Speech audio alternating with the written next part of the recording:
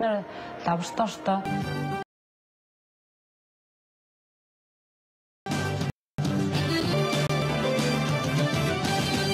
Оройн хүмүүдэгчтэй Монголын мэдээлэл мэдээлэл хэлбэр эхэлж байна. Хилээ танилцсан уу? Их хурлын дэд даргад Мия Гомбын их хурлын нийт салют бодолж баярлах гэсэн залуу амиа алдлаа. Хүүхдэд вакцин хийстэ тэгвэл заалт бүрэн хэрэгжихгүй байна. 2016 онд нефть боловсруулах үйлдвэртэй болно. Замбраагууд хэлсэн гэр хорооллыг эрх авраглагжууллаа. Энэ сарын 30 машины дугаарыг хязгаарлалт үйлчлэх. Гэр хорооллын хог ажирсан боловч орон сууцны хороололдож эхэллээ. Сүзгслэн гарлаа. Дэлхийн эдгэсэн хүндхэн байх төлөв гарчээ. Оросууд энтгэгт Ми 17. Европын орнууд зулс. Монголын мэдээ агентлаг вакцинтай холбоотой сурвалжлага бэлтгэлснээс хойш хөлөнд бөглөж 2 шүд 5 сартай хонгор зул охин болон тавилсан 15 настай баян байдал вакцин нөлөөлөггүй гэсрүүл мэндийн яамнаас томилогдсон ажлын хэсгийн дүгнэлтийг мэдээлж өгсөн. Тэгвэл бид өнөөдөр ирээд бие эмчлүүлж байгаа баяр суур өвчнгүй эрүүл хүүхдэд манай улсад хэрхэн үйлчилж байгааг одоо үзүүлэх мэдээлнэ. Баяр жаргал охины бие бэлхүүснээс дагуурыг олжээ. Архангай аймгаас ирж мэдрэлийн тасагт эмчлүүлж байна. 2 сарын өмнө 15 настай хүүхэд бүр заавал хамрагдах ёстой сахуу татрангийн эс хийлгэжээ. Тариусан оройдоо халуурчнаас хойш бүгсэн бие нь мдээгүй болсон гэж. Тэгээд тэр оройноос тэр өдрөөс ахуулаад угаасаа гişэлээс эрэхтэй өвдөд бадараад байна. Бадарахаараа яаж гарах вэ гэсэн чи хэвтдээ нэг эвгүй дарсганы гачаа өргөдөг. Яг тэгж бат гээд ингээ урлаагаад байна. Ингээ буурлаагаад байна ээжээ тий. Тэгээд байна гэдэг. Тэр вакцин миний хүүхэд зүгээр байх байсан. Эмчнэр харин үгүйсгэж байна. Баяр жаргалын тохиолдолд бол вакцинаас болсон гэж үзэхгүй байгаа бид аль биесээр. Энэ яг ихнийхсээ төвийн оншоор бол гаралтай одоо тархины угсалтай саажилт авамгаалсан өрөвсөлт өвчин гэдгийг батлагдсан. Тэгэхээр энэ маань вакцин хийсэн яг энэ үедээ давхцаж илэрчилсэн хийсэн хийгээгүй хад ч гэсэн одоо юу гэдэг хийгээгүй цаг мөч хийсэн цаг мөч илэрлээл гэж одоо дүгнэж байгаа. Тухайн үед хийсэн байна. Ягаад ч юм охин тэр өөр ангид орж нуугдсан ч ангийн багш нь үлжээ. Тэгээд эрүүл мэндийн хичээл дээр манай ангийн өвгөн вакцин хийсэн. Тэгээд би хийлэхгүйгээд биеийн тамирын заалтанд ороод бай тоглоод ижсэн. Чдууд очсон чинь тэрийг гар бадараад тийм улаас бадараад ингээд хөдлөхөөр өвдөд ирсэн. Тэгэл манай ангийн хүүхдийн бас ингээд хэлсэн чинь минийх хавдаад улаац ингээд. Баяр жаргал охины хувьд ямар нэгэн суур өвчтөй учраас хүлэн мэдээгүй болсон гэсэн эмчнэр өгч байгаа. Харин ар гэрийнх нь үнэлттэй байгаа юм. Тэгэхээр бид яг одоо архан уцаар холбогдож баяр жаргалын ангийн түүний талаар мэдээлэл авах гэж байна.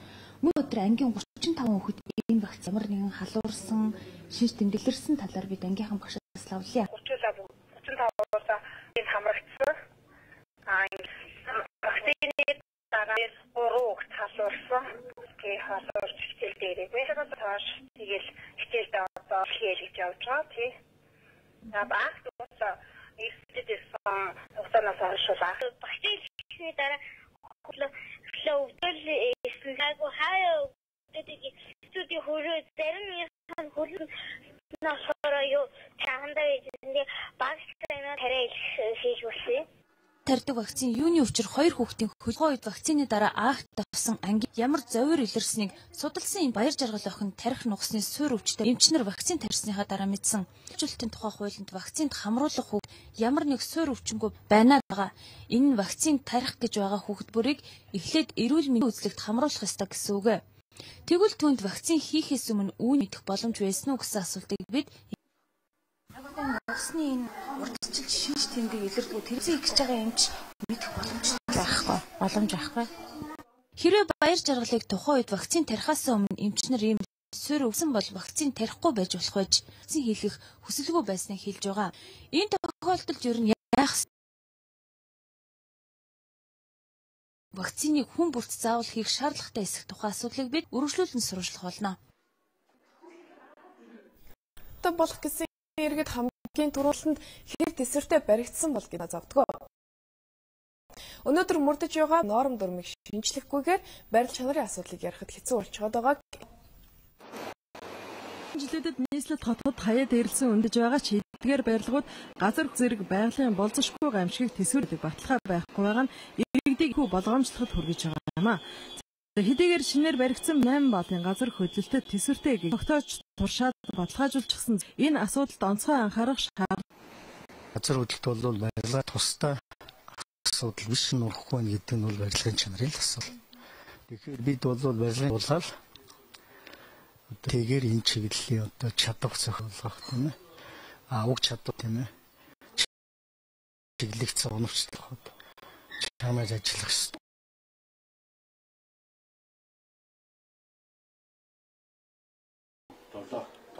Япон зэрэг газар хөдлөлтөнд байнга ширвэгдэж байдаг улсын үе төсвөртэй байхаар барьж байгуулдаг. Чод байгаа нийслэл хотод баригдаж байгаа барилгууд хэдэн газар хөдлөлтийг төсвөрлөж чадах вэ гэдэг нормсан байна. За энэ асуудлыг залруулахад эхлээд норм стандартыг өөрчлөөд Монголын барилгын инженеруудын холбоонд хөндлөө. Дандаа л Оросын норм дүрмийг орчуулад хэрэглүүл одоо бид нар олон улсын өөрийнхөө орны нөхцөл бол байна. За барилга барьж хуучин одоо нэлээд өөрчлөгдөж сүүлийн үе юм бол одоо аргаар бол барьж эхэлж байна. Тийм учраас заавал бас өгсөрмөл орон сууц гэдэг энэ маань төсвөртэй байж болох учраас аль ялгын хэрэглэхийн тулд ялангуяа газар хөдлөлийн норм дүрмөө зураг төслийг хийхдээ тодорхой хийгдэж байгаа энэ жижиг спектрийн анализуудыг бас зураг төсөлдөө хэрэглэх хэрэгтэй. Өнөөдөр бол одоо компьютерийн програм хэрэглэж байгаа. Тэгээ програм судлах юм бололцоотой гэдэг талаар манай мэргэжлийн хүмүүс ярьж байгаа. Цас хаалганы барил эсвэл сантехникийн хамгийн түрүүнд анзаарах ёстой барилгын газар хөдлөлтөд хэр төсвөртэй гэдгийг төдийлөн анзаардаг. За тиймээс иргэд ч барилга барьж байгаа компаниуд ч энэ асуудалд хаана нухацтай хандах цаг болжээ.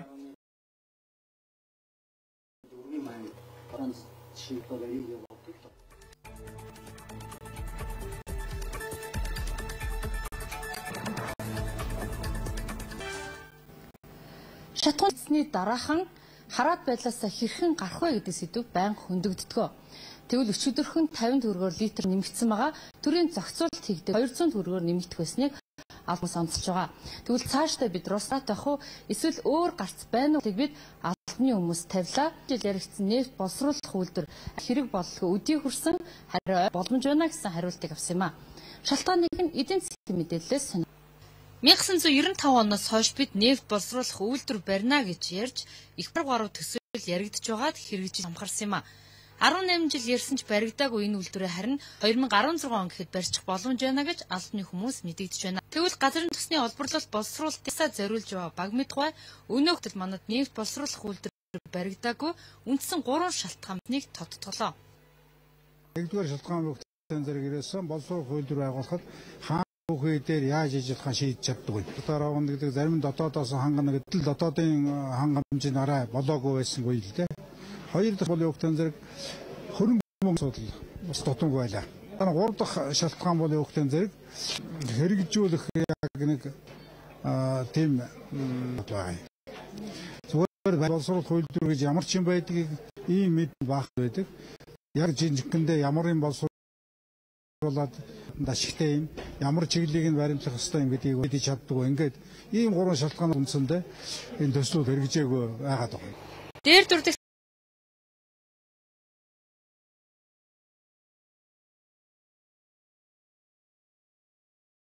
гурван шалтгаанаас нефтийн үйлдвэр хамгийн хүндрэл учруулж байсан нь дотны олборлолтын хэмжээ нь бага, нөөц нь хүрэлцэхгүй гэж үзэж явдлаа. Шатгууны хараат бус байдлаас гарах гэж импортоор түүхийн нефть оруулж боловсруулах үйлдвэр байгуулахын утга учир аз юм а. Нөгөө талаас нефть олборлоно гэж дүрс олборлохтой адил байгаа гэж үзсэн нөөцийн хэмжээгээ шууд нэг дор ухаарчихыг хэлдэггүй мэн. Жилээс жилээр багаар олборлосоор үйлдвэрлэлээ. Тэгвэл зөвхөн энэ жилээс л манай удаа халж жинхэнэ утгаараа нефть олборлох улс усна нь одоо л бид боловсруулах үйлдвэрийн тухай ярих хэрэгтэй болгож байгаамаа.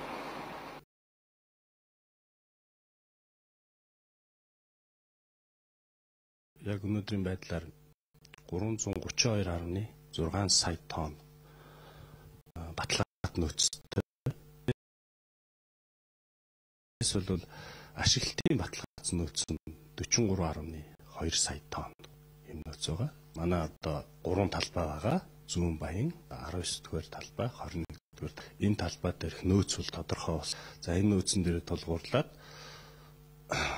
төрлийн тогтоол шийдвэр бол гарсан засгийн газраас. За энэ тогтоол шийдвэр гарснаар 12 дугаар сараас эхлээд өгч орно болсон байна. Манай зах зээл 1 сая тонн буюу доллар 5 сая баррел нефт хэрэглэдэг багтаам гэж үзвэл нөөцөө бид хамгийн багадаа 40 жил боловсруулж хэрэглэх боломжтой байна. Энэ онд бид 3.5 баррел нефт олборлож байгаа бол эх жилээс 13 он гэхэд 6 сая 28 сая баррел нефт олборлдог болох юм. 2016 он гэхэд харин зүрийг бүр хангах хэмжээний олборлтыг чаддаг болох юм а. Мөн манай нефтийн чанар технологи хэрэглэвэл 80-аас 90% гарцтай шатхан үйлдвэрлэх чанартай гэж байна. Тэгвэл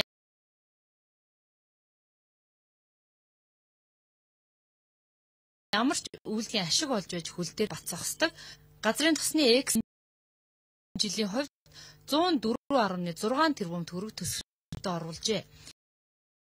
Ирэх жил 100 гэхэд 300 тэрбум төгрөг оруулахаар төлөвлөж байгаа. Харин боловсруулаад эхэлвэл үүнээс яг салбарынхаа онцолж байгаа маа. Нөгөө талын зах зээл түүхийн нефт баррел нь 100 бол 2016 он болон алстаа $200 хүрэх хандл үзвэл нефт боловсруулах үйлдвэрээ ямар чухал ач холбогдолтой болохыг ойлгох байна.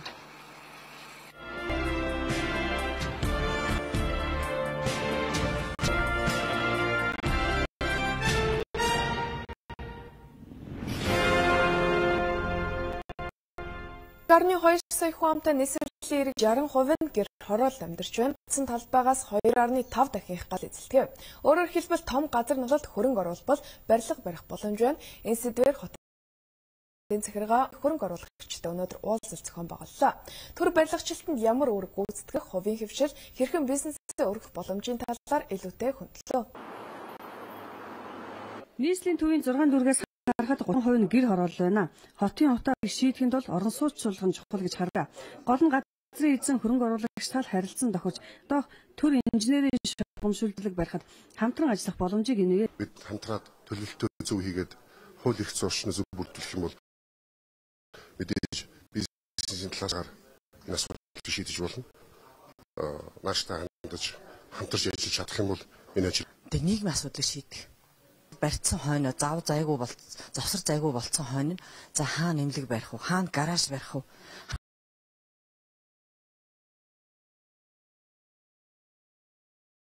гэж явж идэг. Энийг хамгийн түрүүд улсын хөрөнгө оруулалтаар барьцгаа тэргээр ороолын дунд нь төвд үүсгэнэ гэж байна шүү дээ. Тэр төвд дээр нь инженерийн шугамшуулжнаас гадна нэмлэгийн сургуулийн гараж одоо өөр юу байна?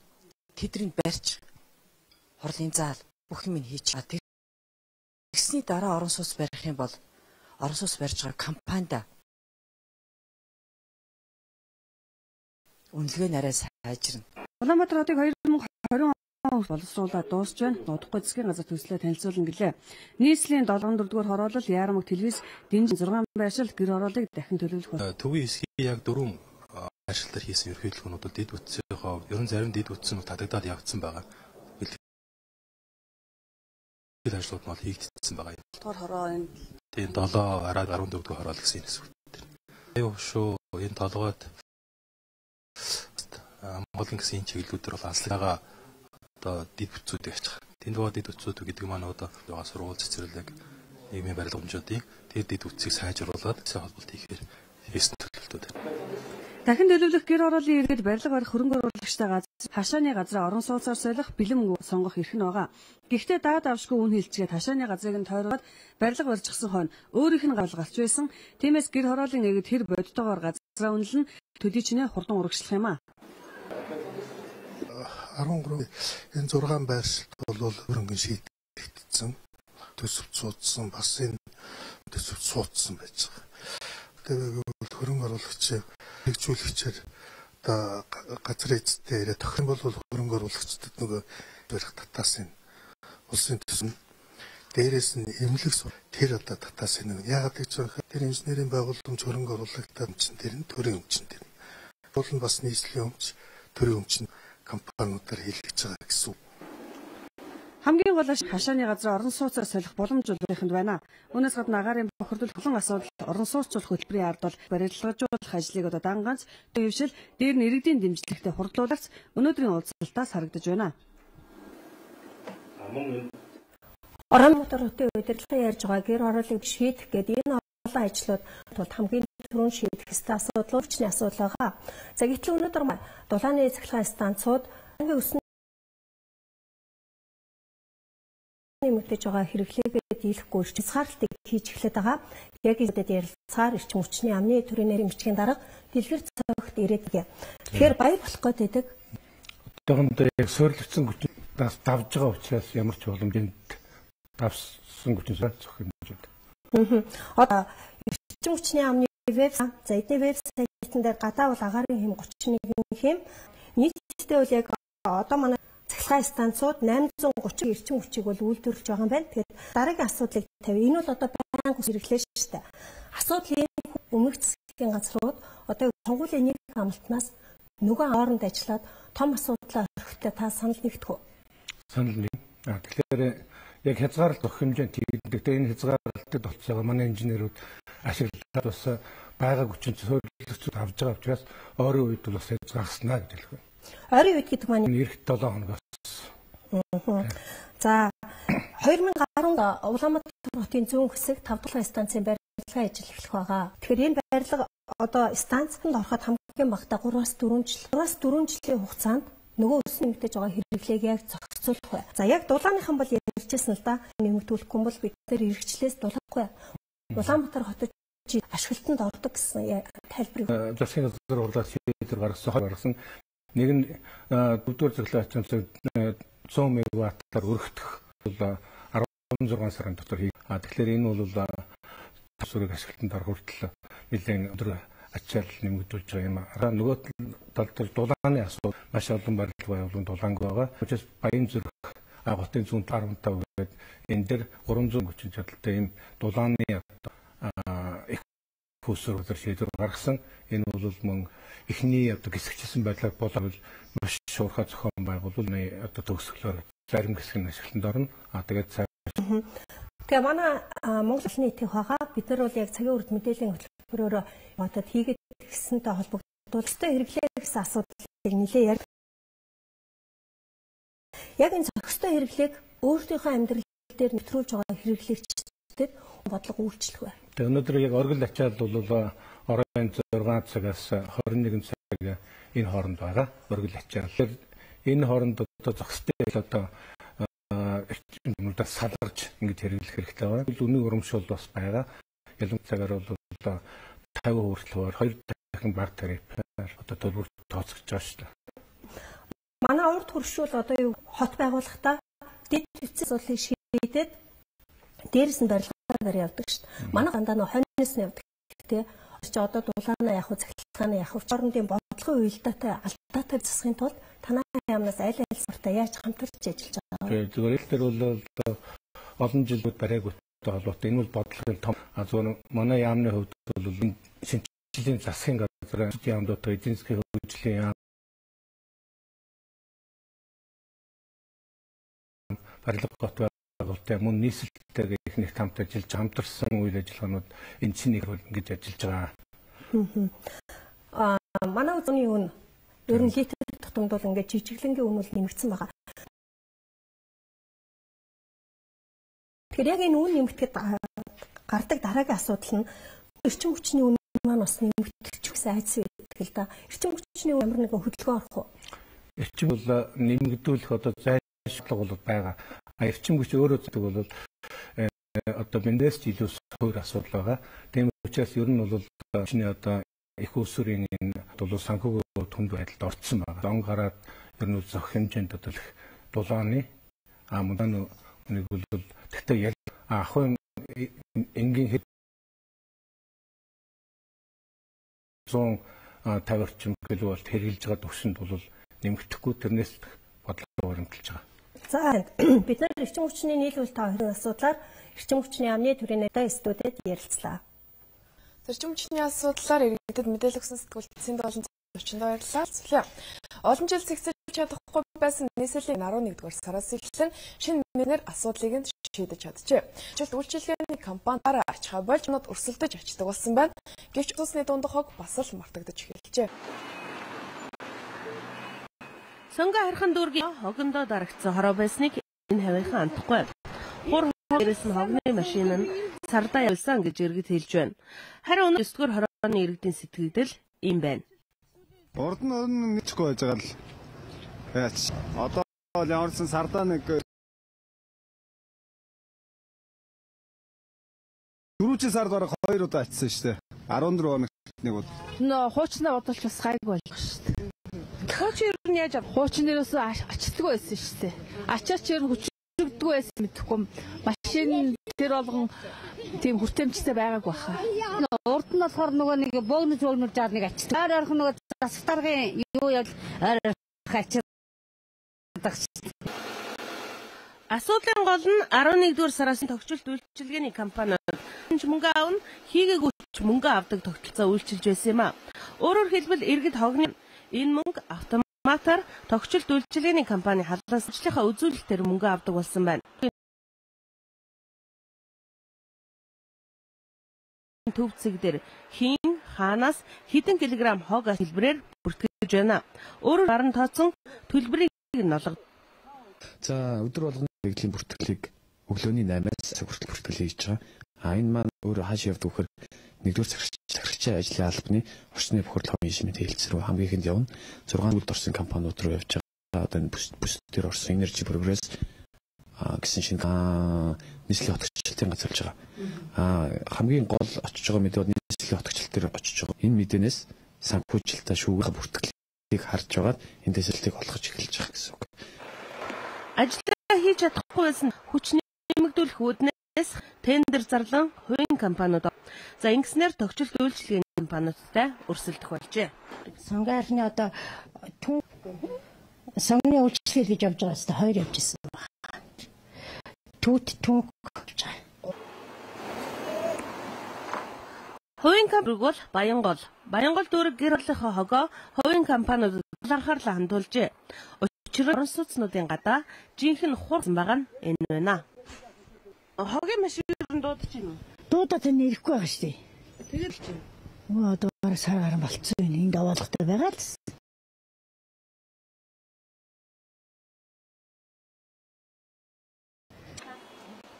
Урд нь ачдаг байсан бол одоо бараг болж байж ачдаг болжээ. Өөрөөр ямар байдаг байсан орон сууцны хэм жишгээр орхигдож байна. Менежмент хийж байгаа бол орон сууцны дунд хогооч гэсэн мартахгүй юмаа гэж иргэд хэлж байсан юм а. Иргэдийн ажил амралтыг зөв зохицуулах сарын 31-ний даваа гарагийн ажил шилжүүлэхээр засгийн газрын хуралдаанаас тиймээс энэ өдөр автомашины дугаар үйлчлэхгүй дугаарын хязгаартай өдрүүдэд нийслэлийн хэмжээнд хөдөлгөөнд оролцож байгаа нийт машины 20% нь 1000 машин замын хөдөлгөөнд оролцдог байна. Ирэх жил нийслэл хотын зам ажил нийтдээ 32 тэрбум төгрөг батлагдаад байна. Жил бүр зам засварт ихээхэн хөрөнгө мөнгө зардагч чанар муутай замыг хүлээлгэн өгөх зөрчлөлийг эх онд давтахгүй замын газраас анхаарууллаа. Энэ оноор дуусгаруулж байгаа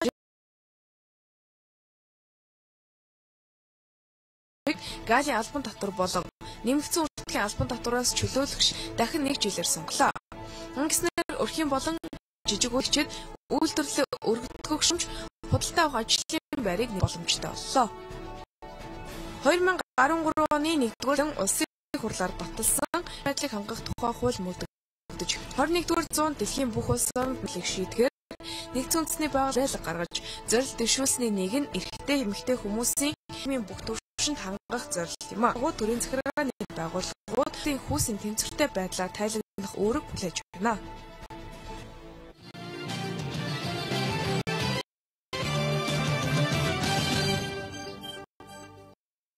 Хурлдах Монгол Ардын намын бүлгээс сонгогдсон хурлын дэд даргад Мегомбын асуудал төрийн байгуулалтын байнгын хорооны хуралдаанаар яригдлаа.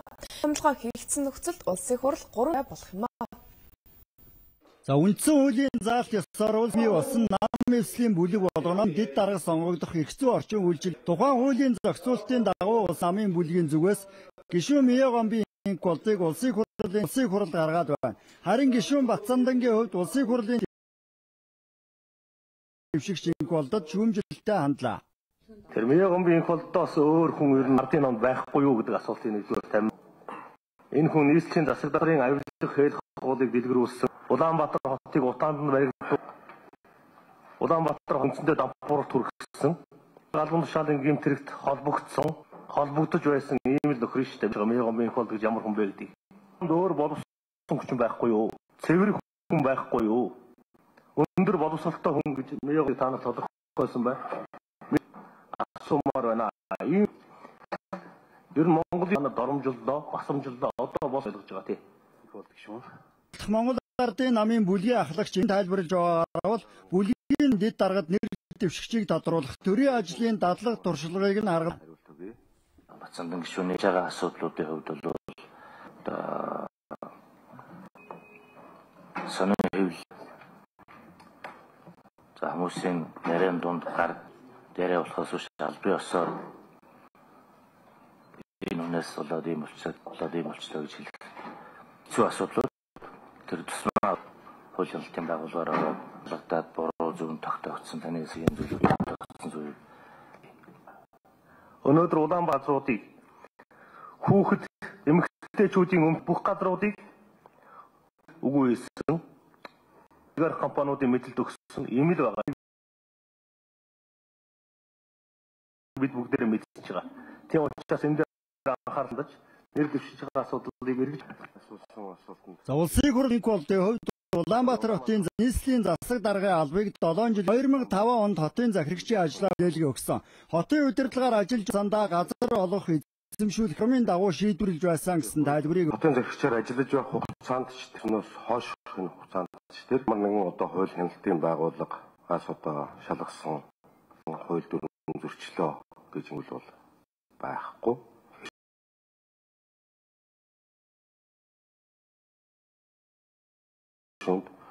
Тодорхой асуудал байгаа бол хууль хяналтын байгууллагуудад энэ хэмжэглэл алга байна. За улсын хурлд Монгол ардын намын бүлгийн төлөөллийн гишүүн Мяа гомбын инх болдыг улсын хурлын даргаар сонгох саналыг төрийн байгуулалт байна. Асуудал чуулганы нэгдсэн ургаанаар яригдж байж эцсийн шийдвэр гарах юм. Улсын хурал засгийн газрын бонд гаргаж хөрөнгө босгох зам арьс шир үйлдвэрлэгчдэд санхүү гэж байна. Тухайн асуудлыг шийдэхдээ Морсны үйлдвэрлэгчдэд дэмжлэг үзүүлэх хэмжээний тухай тогтоол гаргах хэлбэрээр эрх зүйн зохицуулт хийх гэсэн чиглэл. Асуудал эдийн засгийн байнгын орооны Малчид болон үндэсний үйл хэмжих зарим арга хэмжээний тухай тогтоолын үеэнд засгийн газраас 140 тэрбум төгрөгийн бонд гаргаж тухайн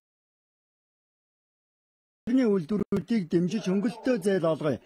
Зээлийн хуулиа сэтрүүлэхгүй бай гэдэг тухайд яригдсан. Тухайн зээлийг арьс ширний бүх үйлдвэрт биш байгаль орчинд халгүй технологи нэвтрүүлж байгааг нь болох шаардлагатай эсэх тухай асуудалж зумлсан ноос хэм бодистой тэр ноосыг угааж үйлдвэрүүдэд энэ юу очих уу? Эсвэл харгасан ноос одоо нийлүү түүхийд нийлүүлж байгаа тэр хяргалт руу түлхүү очих тийм систем байна уугүй юу?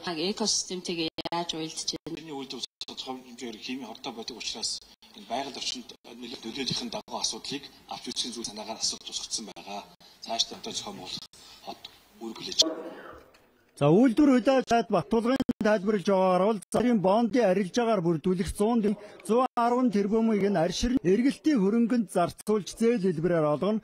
Технологийн шинжилэлт нь 13 тэрбум боловсруулахад 2 тэрбум төгрөг гэсэн чиглэлтэй байна. Харин бондын үйлдвэрлэгчид санхүүжилт хийснээр ширний зах зээлийн үнд яаж нөлөөлөх вэ гэд мөн л тайлбар өглөө. Одоо дундаж өгнүүд нь 35-аас 30 байгаа ширхэх.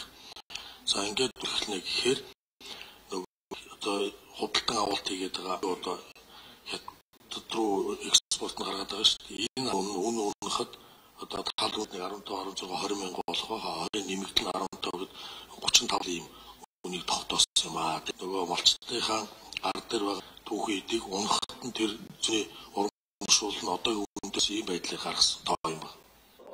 За засгийн газар болон улсын хурлд ажлын хэсгийн гишүүдийн тайлбарлаж үйлдвэрүүдийн байршлыг өөрчилж Улаанбаатар хотоос үе шаттайгаар шил баримталж байна. Харин үндэсний үйлдвэрийн арьс ширийг тушаасан малчтад урамших юм. Гэхдээ тухайн малчин бас малаа гарал үүслийн баталгааж байх шаардлагатай гэж үзэж байгаа юм. Баталсан аяда нэгдэж нийлэх хамтарч хорших бодлогыг бол явуулж байгаа. Энэ гарч ирэх ёстой. Бодлогын үр дүн одоо гартал нь хоршооны гэсэн малч оруулж ирсэн байгаа. Гэхдээ энэ 14 оны 1 жил эхлээд тэр хүртэл буруу байна уу? Энэ бодлого манаас. За малчтад олох урамшууллын хэмжээ барьс тутамд 3,000, бодон ширт 15,000 төгрөг байхаар засгийн газрын ажлын хэсэг тооцож байна. Гэхдээ зөвхөн адуу үхрийн ширт тутамж малчтад урамшуул олгоё. Хатимэний ширэнд урамшуул олохгүй аяг орооны гишүүд үзэж байна. Малчтыг засгийн газрын бондын хөрөнгөнөөс гаргахгүй 2013 оны улсын тодтгол хийх замаар шийдэх ёстой гэж гишүүд үзэж байна. Олон нийтийн дуу хоолойсон цагийн урд мэдээллийн хөтөлбөр иргэдийн аял бот мэдээгээр үргэлжилж байна. 2011 оны шинэ жилээр солиоднаас сууж 13 ус оржээ. Мөн 20-од хүн их бага хэмжээгээр гэмтэж бэртсэн байна. Тэгвэл зөвхөн ганц удаа баярлахаараа дэмжин тавьсаар ах уу. Анхааруул буудулж солиодоо буруу харцснаас ол хэрэг Хинтээ аймагт гарсан тийм сэрэмжлүүлгээ дахин өглөө. Баталгаагүй тесэрч буудулж бэртсэн гэмтсэн хүний тоо шинжилгээр нэмэгддэг. Тухайлбал хойд буудулж баярлах гэсэн биш эргэтэн дутуу болж хоцорчээ. 2 гаргууд болсон тохиолдолж байна. За солиодтой болгоомжтой харьцах хэрэгтэй гэж цагдаа онцгой байдлын газраас сэрэмжлүүлэг өгөл хэдхэн хоногийн өмнө Хинтээ аймагт хүн амиа алдсан хэрэг гарна. Энэ проектыг хэрэгжлэх худалдаж авахгүй. Зөвшөөрөлтөөр 2 компаниар худалдаж авсан тохиолдолд уулийн операторч нар үйлчлэгээ энэ тогтоолол заагдсан байгаа. Энэ 2 компани очир ундраа процесслүүлэх шаардлагатай. Нийт мэргэжлийн операторч нар үйлчлүүлнэ. Таны төв зах албан байгууллага гудамж талбай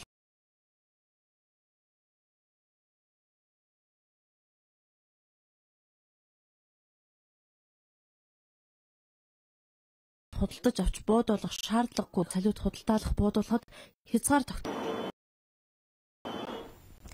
Олон улсын энэхүү цэцгийг тарж ургуулах болсон нь болон найрамдалт нэгэн шинэ хуудас нээж байгааг зөвчөд онцлоо.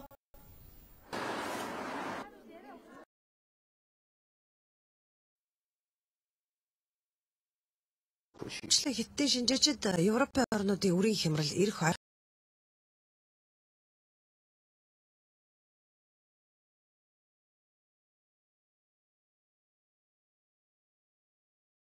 гол бэрхшээл асуудал нь хэвээр 2012 оныхтай харьцуулахад 0.2%-аар илүү буюу 3.6. За түүнчлэн хөгжингүй орнуудын за хөгжиж буй орнуудын 5.1 засаг дангаар 8.2% тэд гаргасан байна. Путиний энтгэгт хийсэн ажлын үр дүнд тэрбум доллараар үнэлэгдэх 2 ч гэрээ. Үүний зэрэгцээ 2 улсын төр засгийн тэргүүнээр хэд хэдэн мэдээлэл гаргалаа. Тухайлбал Орос улс энтгэг улс Ираны эсрэг дангаар 20 гаруй хэмжээ авах нь сөрөг үр дагавартайг мэдэгдэж Ираны зөвийн хөтөлбөртэй холбоотой даргаар шийдэхийг уриалсан байна. Сирийн нөхцөл байдал хурцхан байгаад сэтгэл зовниж байгаагаа Орос улс банкгийн ерөнхий сайд Манмохан Синк нар илэрх сөргөлдөгч талуудад хандаж цус уран хилцээнд нэгдэхийг уриалсан байна. За 2 улсын төр засгийн тэргүүнийстүүдэд оргонох боломж олгож тэдний шаж байгаагаа мөн илэрхийлсэн байна. Харин хамтын ажиллагаагаа үргэлжлүүлэх Бонниус энтгэгт Ми-10 дэх тэрэг нийлүүлэх гэрээг байгуулсан байна. Уч МКИ төрлийн 40 сурч үйлдвэрлэх технологиг өдөр буюу Зул сарын баярыг Григориан протест литерийн шашинтнуудаас гадна шинэ Юлианы хуанлыг баримт 4-р зуунаас ихтэй Зул сарын баярыг улсын хэмжээний баяр болгон тэмдэглэж байна. Эцэг Вифлеем хотод Зул сарын баярын хэмжээ болдог бөгөөд за энэ жил дэлхийн үндэс зурвалжин энэ хотод ирээд байгаа гэсэн мэдээ байна. Зул сарын баяр зориулсан шүн дундын Иесус Христийн мэндэлсэн агуу дээр баригдсан үүнд газар газрын жуулчид нутгийн зам олноос Сирийн автоном улсын тэргүүн Махмуд Аббас чөдөж оролцсон байна. За мөн эртний энэ хотод Зул сарын баяр зориулсан уламжлалт хөгжимд өмбөж байлаа. За Зул сарын Палестин Израильчүүдийн хамтын ажил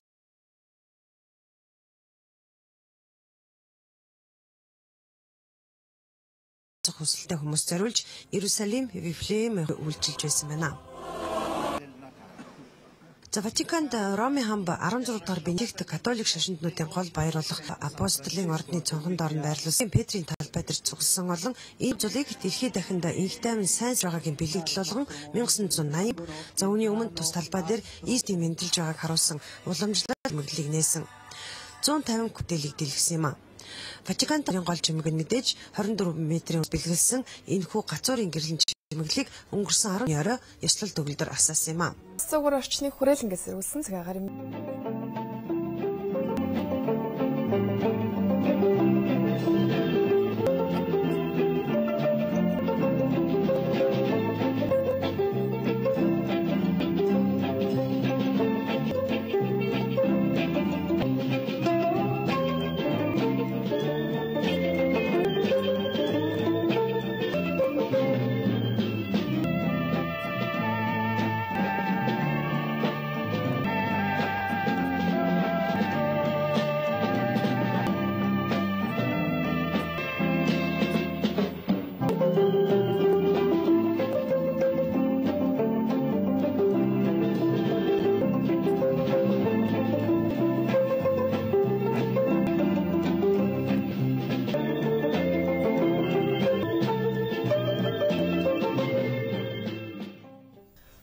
Монголын мэдээ агентлагийн бэлтгэн хүргэдэг цагуурд мэдээллийн хөтөлбөрийн мегмар гарагийн дугаар өндөрлөж байна. Анхаарал хандуулах хүлээн авч бүхэнд баярлалаа. Баяртай.